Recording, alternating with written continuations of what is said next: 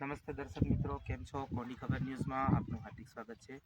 માથાસર આજે ઉબલું ફળ્યું છે ત્યાં મનસુખ વસાવા જે અહીંયા આવીને ગયા છે, પરંતુ અહીંયા પીવાના પાણીની ખૂબ મોટી સમસ્યા છે. છતાં પણ એમણે આ જગ્યા પર આવીને કોઈ ઉકેલ કરવાનું રવા દઈને જે શોભનીય ભાષા જે વાપરવી જોઈએ તેની જગ્યા પર અસંસ્કારી ભાષા વાપરીને અહીંયા ગયા છે.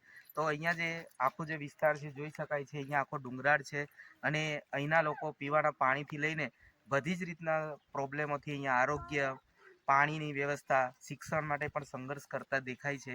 તો અહીંયા જે આ બહેન છે, જે ભારજીભાઈ છે, એમના જે પત્ની છે, એમની સાથે આપણે વાત કરીએ કે જે આ ઘટના તમે જે અહીંયા પીવાના પાણી માટેથી લઈને જે તમારા ઘરનાને જે સસ્પેન્ડ કરી દેવામાં આવ્યા છે એને લઈને તમે શું કહેવા માંગો છો? બીજું તો કંઈ નહીં, પણ અમે જીવીએ કેવી રીતે? પાણી પણ નહીં, પછી એમને છૂટા કરી દીધા તો અમારે કેવી રીતે જવાનું? અમારું કેટલું મોટું કુટુંબ છે.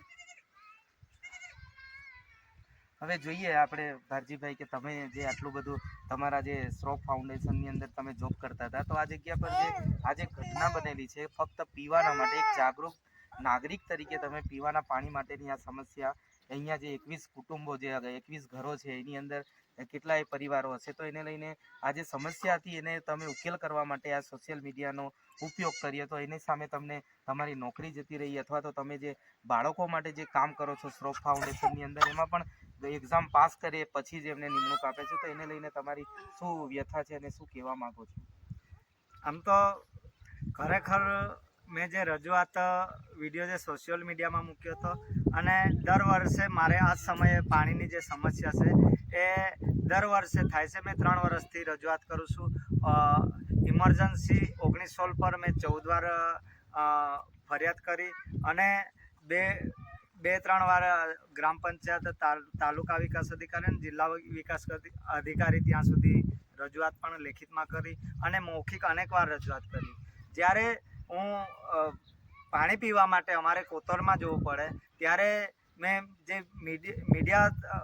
મીડિયામાં જે વિડીયો વાયરલ કર્યો અને મને કહેવામાં આવે કે આ તો ખોટું છે ને આ જૂઠ્ઠો વિડીયો છે અને જૂનો વિડીયો છે એવું કહેવામાં આવે છે.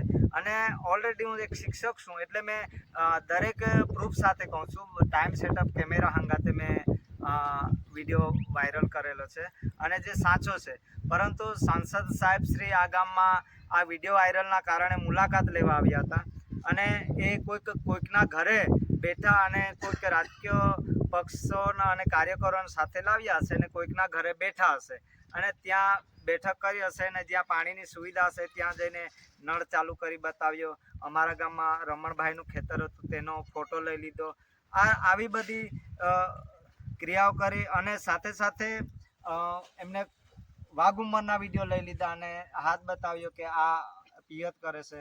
સાથે સાથે મારા ઘરે આવ્યા. મારા ઘરે પણ મા બહેનો રહેતી હોય અને મા બહેનો હોય ને તે જગ્યાએ અભદ્ર શબ્દોથી અમે પણ બોલી નથી શકતા, ત્યારે એવી ગાળો બોલી અને સાથે સાથે અહીંયા વીજ કનેક્શનનો થાંભલો છે. દક્ષિણ ગુજરાત વીજ કંપનીએ સુવિધા આપેલી છે.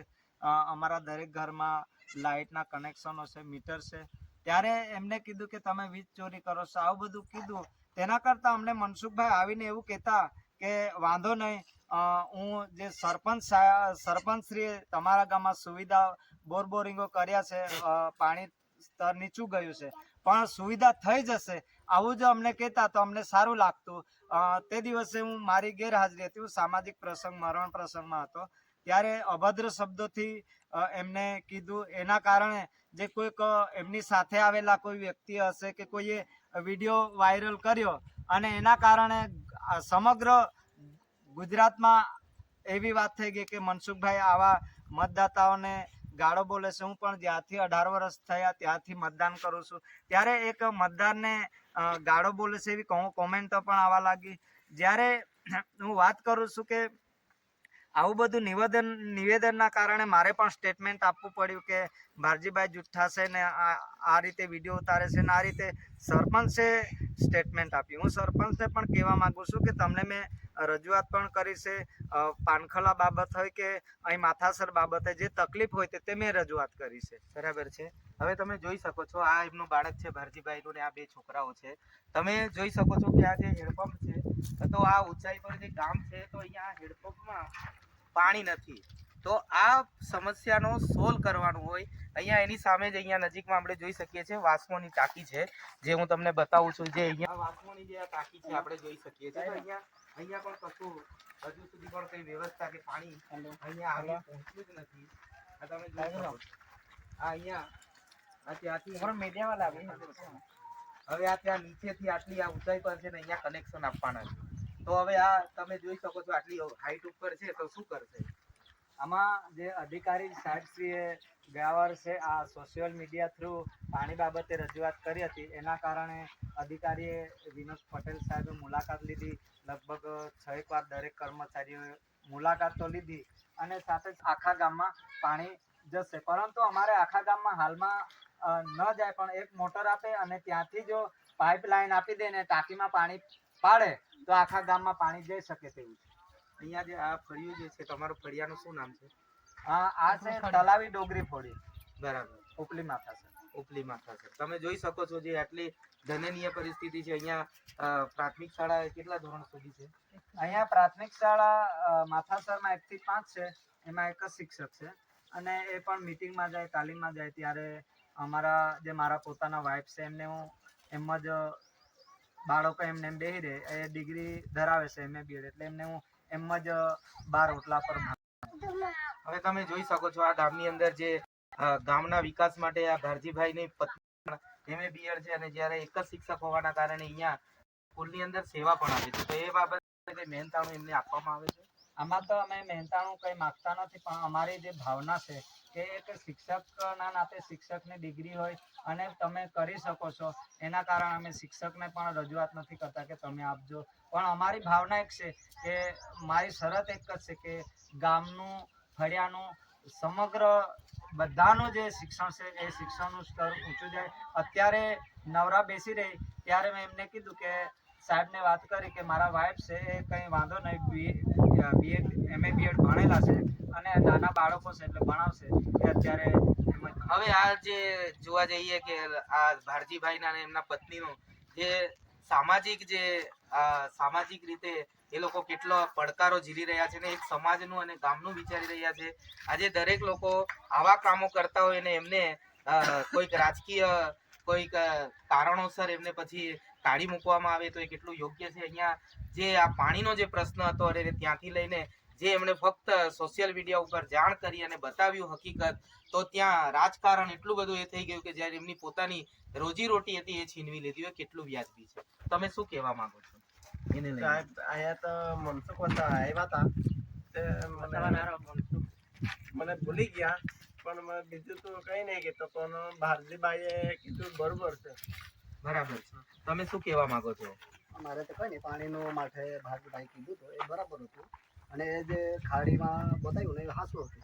પણ આ લોકો એરો એવું કહે કે આ ભારતીભાઈ હોશિયાર છે એટલે એમના આમ કાઢી મૂકો એવું કીધું હશે, એ તો કાઢી મૂક્યો છે, પણ આને કાઢવાનું કંઈ એવું નહોતું કે કાઢવાનું જો એમાં જો એકબીજાને ગામની અંદર જે આ જમનાબેન છે અને અહીંયા જે આ મિની સ્વજલધારા છે અને આ ટાંકી છે જે તમે જોઈ શકો છો, આ હવાડો આખો ખાલી છે.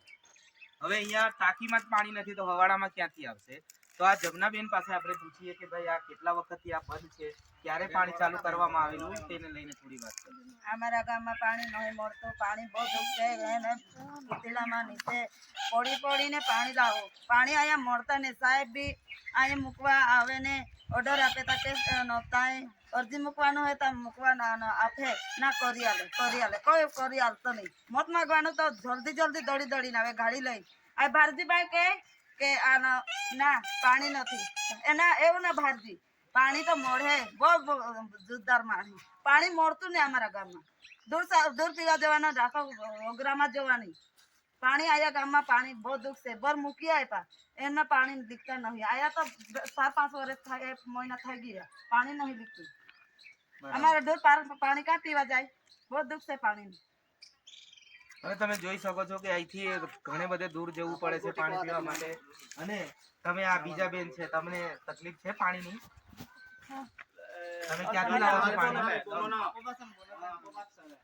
ક્યાંથી લાવો છો પાણી? અમે પાણી દૂર દૂરથી લાવીએ છીએ, નીચે કોતેડામાંથી લાવીએ છીએ. ગાય ભેંસ એમને બી તો નીચે આ પેલી ડુંગળી પાર છે તે પીવડાવવા જવું પડે છે ને બહુ તકલીફ છે અહીંયા. અને ટાંકીમાં તો પાણી બી નથી આવતા. 4-5 મહિનાથી આ બોર તો બંધ છે. પછી અમારે કોઈ જ પાણી લાવીએ અમે. હવે બાળકોને નવડાવવાથી લઈને તમે અહીંયા ઘરે ન હોય તે બાજુ પાણી એ કરવા જાઓ તો આ સમસ્યા અંદર ચાલીને તમે ઉતરો છો તો ઘણી વખતે પડવાનું ને એવું થાય છે કે નહીં? હા થાય છે, પડવાનું બી થાય છે ને ડેગડા લઈને તો નીચે જવું પડે. ડેગડા બી લાવીએ તો નીચે પડી જાય માથા પરથી. એટલે તમે જોઈ શકો છો કેટલું જોખમ ભર્યું ત્યાંથી પાણી લાવે છે એ લોકો અને કેટલી સમસ્યા છે. આ તમે જુઓ પેલી બાજુ બાળકો જે રમી રહ્યા છે પણ પાણી વગર સામાન્ય આ આટલી મોટી સમસ્યાઓ થાય છે તો આપણે જોઈ શકીએ છીએ આ આખો હવાડો જે છે એ પણ ખાલી જ છે. હવે આ બેન તમે બીજું જ્યારે આરોગ્યને લઈને તમે અહીંયા અધિકારીઓ કે પછી અલગ પ્રકારના સુપરવાઇઝરો આવે છે ખરા દવાખાના 108 ને આથી? ના નહીં આવે. નહીં આવતું? હા તો ઉસકી જવું પડે. ઉચકી જાવ હા પીપલો વાગુંબર ઉસકી જવું પડે. એમ. 108 બી નહીં આવતી ને ખાલી બીમાર હે તો જો હોય તો ઉસકી લઈ જવું પડે. સુપરવાઇઝરો ને એવા આરોગ્યના આવે છે અહીંયા? નહીં આવે. નહીં આવતા. હા હવે તમે જોઈ શકો છો અહીંયા કે આરોગ્યના જે અહીંયા ઘણા બધા જે આ સુપરવાઇઝરો એ પણ આવતા નથી અને અહીંયા જે પાણીની લઈને સાથે સાથે શિક્ષણનું પણ આપણે જોઈએ તો ફક્ત અહીંયા શાળામાં કેટલા શિક્ષકો છે? એક જ છે.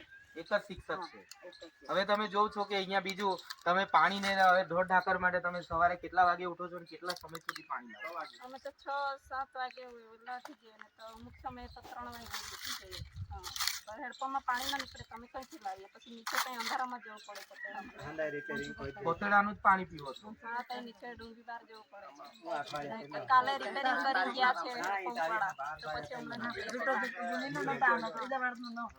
હવે આ તમે જોવ છો કે આ ભારતીભાઈએ સોશિયલ મીડિયા ઉપર જે એમને સ્કૂલમાંથી કાઢી મૂકવામાં આવ્યો છે એ સારું કહેવાય કે એને લઈને તમે શું કહેવા માંગો છો? એમને કેમ હેરાન કરવામાં આવ્યા છે? એમને હવે ખોટું જ ગણાય. ખોટું જ છે ને? હવે તમે જમનાબેન કહી શકો છો કે આ ભારતીભાઈની જે ઘટના બનેલી છે એમણે તમારા ગામ માટે અને જે પાણી નથી આપતું એને લઈને એના માટે વારજીભાઈને તો નોકરી જ જોઈએ. પાછી આપી દેવી હા જોઈએ. આપી દેવું જોઈએ. અમારા ગામમાં એટલો જ છે તે કોઈને નોકરી નહીં આવતો એ તો બધાને છોકરાને હાચવે. ભારતીભાઈ તો એને તો નોકરી જોઈએ જ જોઈએ જ. હવે તમે જોઈ શકો છો કે આ માથાસરના લોકો જે ભારજીભાઈ સાથે જે અન્યાય થયો છે એને લઈને એ લોકો કહે છે કે એમને નોકરી આપવી જ જોઈએ અને એમને ફરી એમની જે કામ